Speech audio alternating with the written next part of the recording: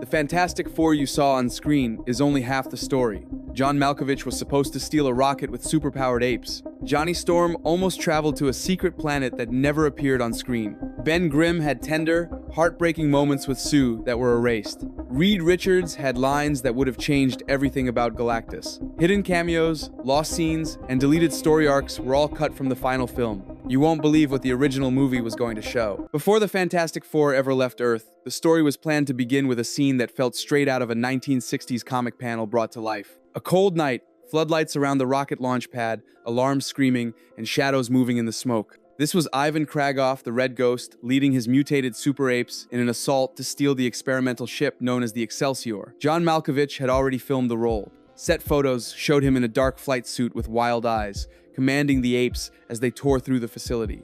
Reed Richards was in this scene too, trying to stop Kragoff before the ship could be taken. Reports from early screenings describe a short but intense battle. Reed using his stretching powers to trap one of the apes, Ben Grimm throwing equipment like a human tank, and the moment where one of the apes fell into a water tank, all while the rocket's engines began to warm up in the background. It was loud, chaotic, and completely faithful to the bizarre energy of the early Fantastic Four comics. Director Matt Shakman later revealed that the entire sequence had to be cut. The visual effects for the super apes were only halfway done, and the film's pacing suffered from such a large-scale opening. Studio executives decided it would delay the story's cosmic journey. Only fragments of the Red Ghost survive in the finished film, hidden inside montage flashes. This scene was never meant to be just spectacle. It was the bridge between science fiction and chaos, showing that danger existed before space ever entered the story. It would have opened the movie with pure comic book wonder, a piece of Marvel history that now lives only in concept art and unfinished footage. After the Red Ghost opener, the original cut moved into a long opening montage that showed the Fantastic Four's life in the Baxter building.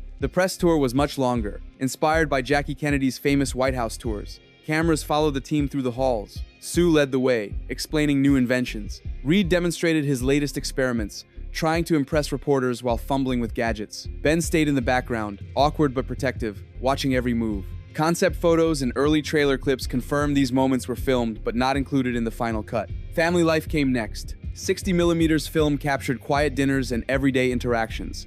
Johnny joked and flickered tiny flames to light candles. Reed sneaked science tools onto the table. Sue smiled, keeping the family in order. These small, intimate beats gave weight to their relationships and grounded their powers in real human emotion. The montage also included early Kirby-style sequences. Quick flashes showed the team in classic comic-inspired poses, fighting minor threats, saving civilians, and testing new abilities. Some shots were used later in the film, but the majority were cut. Trailer frames and promotional stills show that these sequences existed and were planned to build narrative continuity. The cuts tightened pacing, but removed emotional layers. The montage originally gave viewers time to see the team as heroes, family and friends all at once. Every detail, from the gestures at the dinner table to the way Reed explained his inventions, contributed to a fuller picture of the Fantastic Four before their cosmic adventures began. Final check and check, please. Check. Check. Check. 12. The original cut gave the Fantastic Four a moment that directly honored their comic book roots. Production photos and the Prelude comic confirmed that the team briefly wore their retro Kirby-style uniforms. Reed, Sue, Johnny, and Ben appeared in the classic high collars and black cuffs, a look instantly recognizable to longtime fans. These suits were more than cosplay. They served as a visual bridge, showing how the team had evolved from their comic origins to the movie's modern design. Early wide shots and montage inserts captured the four in action, moving through the Baxter building and confronting minor threats, each panel-like movement mirroring Kirby's signature dynamic style. The suits reinforced the team's identity, linking decades of comics to this new cinematic version. Only fragments remain in the final film. In the theatrical cut, the retro uniforms appear in brief montage shots, barely noticeable unless you're looking closely. The full suiting sequence, which would have shown the team suiting up, testing powers, and moving together in coordinated action, was removed. Losing this beat meant fans missed a direct then and now visual payoff, a moment that could have celebrated the history of the characters while grounding them in the movie's story. The Kirby suit sequence also highlighted character personalities. Reed adjusted his collar with precision, reflecting his calculated nature. Sue moved confidently, commanding attention as the team's anchor. Johnny's posture radiated energy and mischief, while Ben's movements emphasized strength and loyalty. Every gesture was a nod to the comics, a subtle storytelling layer that elevated the sequence beyond mere costume display. Even in its brief appearances, the Kirby homage remains one of the clearest reminders that the film was consciously connecting to decades of comic history. It was a quiet celebration of the Fantastic Four legacy, one that fans could have appreciated in full if the scene had survived the edits. After the Kirby suits, the story originally moved into a playful TV moment with Ted Gilbert, one that stretched across multiple acts. Early footage shows the first visit to the Ted Gilbert show filmed differently than what appeared in theaters. In the original version, the Fantastic Four walked past performers dressed as a cowboy and cowgirl. It was a small, almost throwaway detail, but it was meant to pay off later in the final Ted sequence,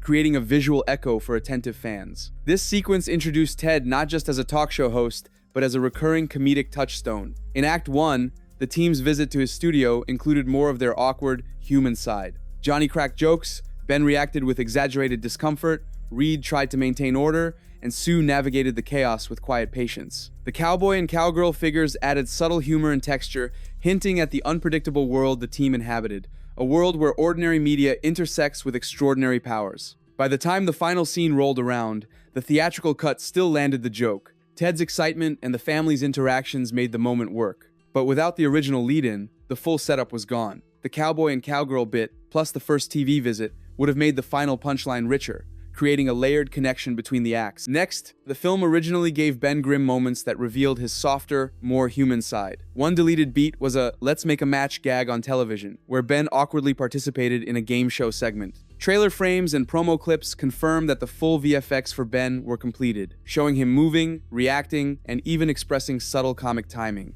This wasn't placeholder footage. It was a finished scene that highlighted his personality beyond strength and gruffness. Another excised moment took place in the Baxter building lounge. Ben sat beside Sue on the sofa, quietly patting her arm in a gentle, affectionate gesture. It was brief, almost a blink in screen time, but it added layers to their relationship, hinting at his unspoken feelings and the comic-accurate, unrequited affection subplot. The scene reinforced that Ben's heart was as large as his fists, giving the audience a reason to connect with him emotionally before the story escalated to cosmic stakes. These deleted beats also emphasized the family dynamic at the core of the film. Johnny's fire and chaos, Reed's intellect, Sue's leadership, and Ben's quiet warmth all played together. Yeah, pregnant. Yes. How do you know that? Have you looked at your husband's face? I know, he just cannot keep his... Without these small moments, Ben's character in the theatrical cut feels more one-dimensional, the big hero, the rock, rather than a fully realized member of a family struggling to navigate extraordinary circumstances. The VFX work and attention to detail in these scenes show the production invested time and care into Ben's emotional presence. Losing them didn't break the story, but it removed subtle, connective threads that made the team feel like a living, breathing unit. Fans who saw the trailers and promotional material could sense that something was missing, even if they couldn't name it. It was Ben's quiet humanity, the heart that underpinned the Fantastic Four's strength. One of the most intriguing cuts in the film involves Reed Richards and a single line that never made it into theaters. In early trailers, Reed can be heard saying, "I stretched the bounds of space, and they heard." In the final cut, this line is gone. On the surface, it may seem minor, but its narrative weight is significant. This line likely belonged in a quiet moment after Johnny's Zenla experiences, perhaps in a private conversation where Reed reflected on the unintended consequences of his experiments. It would have tied Reed's scientific ambition directly to the cosmic events unfolding, making it clear that Galactus' arrival was not just a random threat, but a response triggered by human ingenuity and curiosity. Please, you gotta stop beating yourself up about this. Removing it leaves that causal link less explicit, relying on the audience to infer the connection rather than seeing it confirmed on screen. The line also deepened Reed's character, showing him wrestling with guilt and responsibility. Reed is always driven by intellect, but this would have revealed his awareness of the stakes, the burden of knowledge, and the moral cost of exploration. It adds tension and complexity at a crucial point in Act 2, grounding the high-stakes cosmic story in human emotion. Outlets comparing trailers to the final cut confirm the discrepancy. Fans who notice these differences immediately sense a missing layer of storytelling. The absence of this confession subtly changes Reed's arc, removing one of the few moments where his internal conflict is voiced aloud, leaving the audience with a hero still brilliant but slightly less accountable in the narrative. Johnny Storm's story in the original cut had a much larger scope than what reached theaters. Set photos show Joseph Quinn in his Fantastic Four suit on a beach, a location never fully realized in the final film. Early trailer audio and visual cues suggest two possible versions of this deleted subplot. In the first, Johnny physically travels to Zenla wearing a new extended oxygen suit that Reed designed specifically for space missions. This version would have turned Johnny's early insistence on a better suit into a clear, earned narrative payoff,